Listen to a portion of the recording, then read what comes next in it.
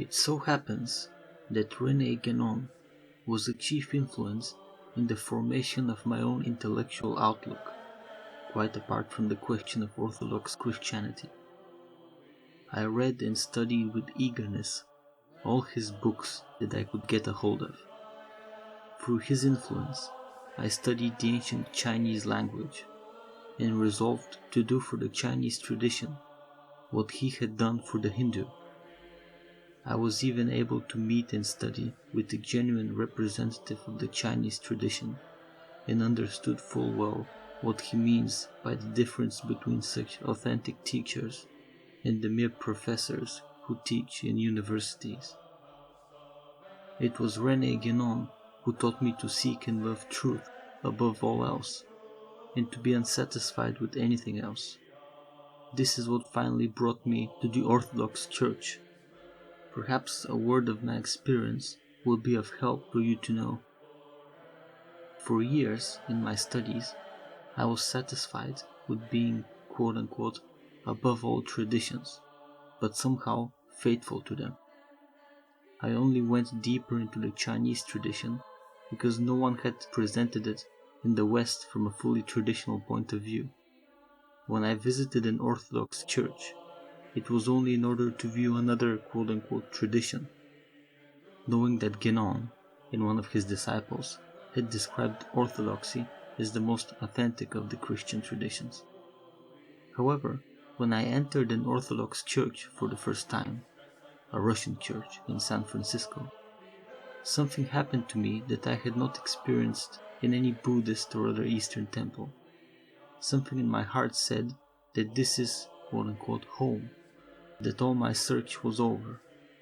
I didn't really know what this meant, because the service was quite strange to me, and in a foreign language. I began to attend Orthodox services more frequently, gradually learning its language and customs, but still keeping all my Guénonian ideas about all the authentic spiritual traditions.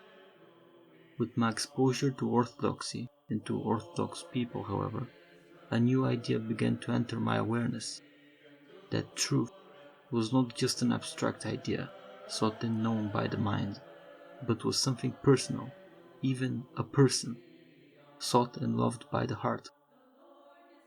And that is how I met Christ. I am now grateful that my approach to Orthodoxy took several years and had nothing of emotional excitement about it. That was Guénon's influence again, and it helped me to go deeper into Orthodoxy without the ups and downs that some converts encounter when they are not too ready for something as deep as Orthodoxy. My entrance into the Orthodox Church occurred at the very time I left the academic world and gave up the attempt to communicate the Chinese tradition to the Western world. My Chinese teacher also left San Francisco shortly before this, my only contact with the Chinese tradition, and in Guénonian fashion, he disappeared utterly, leaving no address.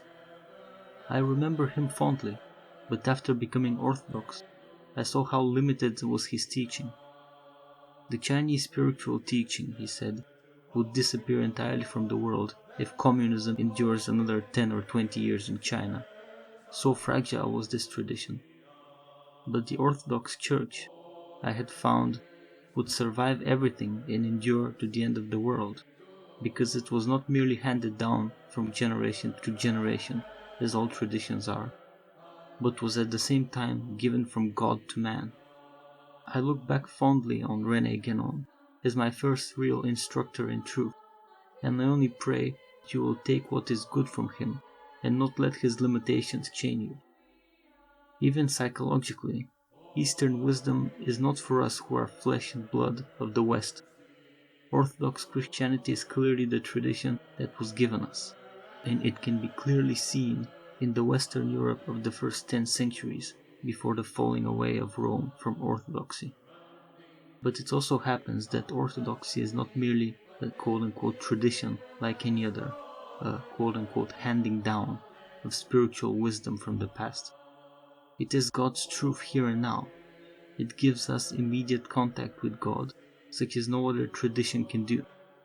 There are many truths in the other traditions, both those handed down from a past when men were closer to God, and those discovered by gifted men in the reaches of the mind. But the full truth is only in Christianity. I will take only one example. There are teachings on spiritual deception in all traditions, but none so thoroughly refined as those taught by the Orthodox Holy Fathers. And more importantly, these deceptions of the evil one in our fallen nature are so omnipresent that no one could escape them unless the loving God, revealed by Christianity, were close at hand to deliver us from them. Similarly, Hindu tradition teaches many true things about the end of the Kali Yuga, but one who merely knows these truths in the mind will be helpless to resist the temptations of those times, and many who recognize the Antichrist when he comes will nonetheless worship him. Only the power of Christ, given to the heart, will have the strength to resist him. It is my prayer for you that God will open your heart, and you yourself will do what you can do to meet him. You will find there happiness you never dreamed possible before. Your heart will join your head in recognizing the true God, and no real truth you have ever known will be lost. May God grant it.